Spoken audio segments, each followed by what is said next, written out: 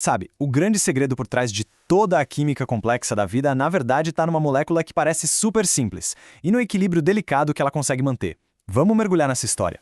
Então, fica a pergunta: qual é o segredo químico da vida? Parece uma questão gigante, né? Mas a resposta começa em um lugar que todo mundo conhece muito bem. Começa exatamente aqui. Cerca de 60% do corpo de um adulto é pura água. E ela não está lá só para preencher espaço, não. A água é o verdadeiro palco onde toda a química da vida acontece. Ela é a grande estrela desse espetáculo. Para a gente entender o papel fundamental da água, a gente precisa olhar bem de pertinho para a estrutura dela. Então, vamos começar com a molécula secreta da vida e ver como a forma que ela tem acaba definindo todo o resto. Olha só, tudo começa com essa geometria super específica. Uma molécula de H2O, certo? Um oxigênio, 2 hidrogênios. Mas o ponto crucial está nesse ângulo aí, 104,5 graus. Isso não é um número aleatório de jeito nenhum. É a chave para praticamente todas as propriedades incríveis da água. E é justamente esse ângulo que nos leva direto para o grande superpoder da água, a polaridade.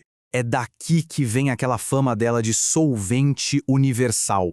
Bom, mas o que é essa tal de polaridade? Pensa assim, é uma distribuição de cargas que não é igual.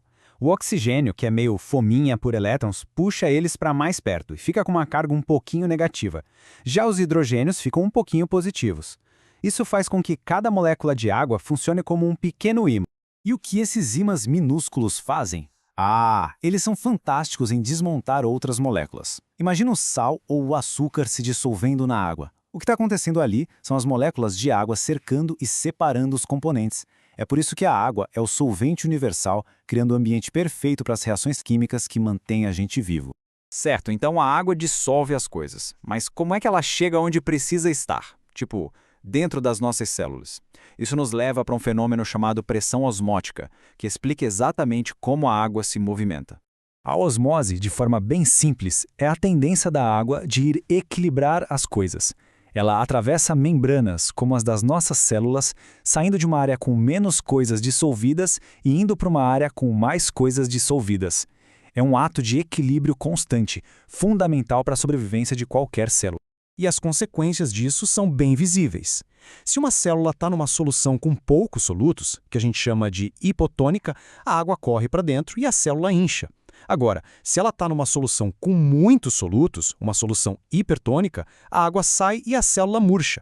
Manter esse balanço é absolutamente vital para a função de todos os nossos tecidos. Mas a água tem mais um talento na manga. Ela não só se move, ela também pode se transformar um pouquinho, e isso nos leva a um dos conceitos mais importantes de toda a biologia, o pH. Isso aqui é a grande sacada.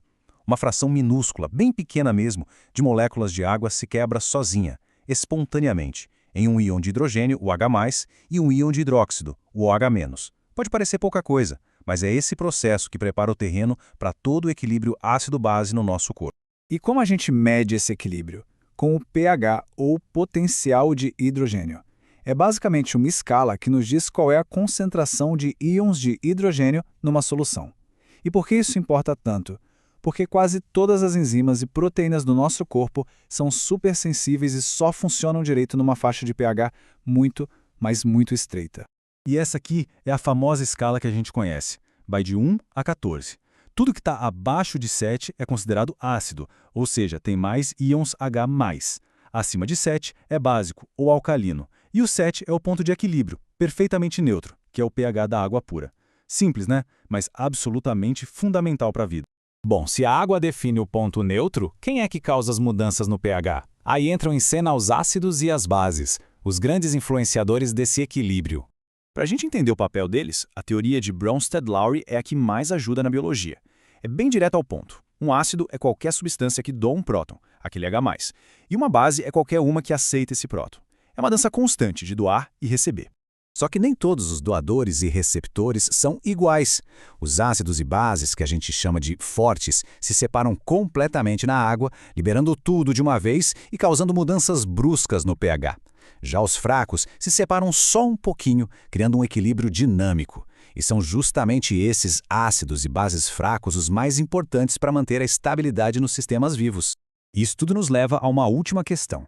Se o equilíbrio é tão delicado assim, por exemplo, o pH do nosso sangue precisa ser mantido numa faixa minúscula, como é que os sistemas vivos conseguem essa proeza? Como eles mantêm tudo nos eixos? A resposta está nos guardiões do nosso equilíbrio químico, um sistema incrível de defesa contra essas mudanças.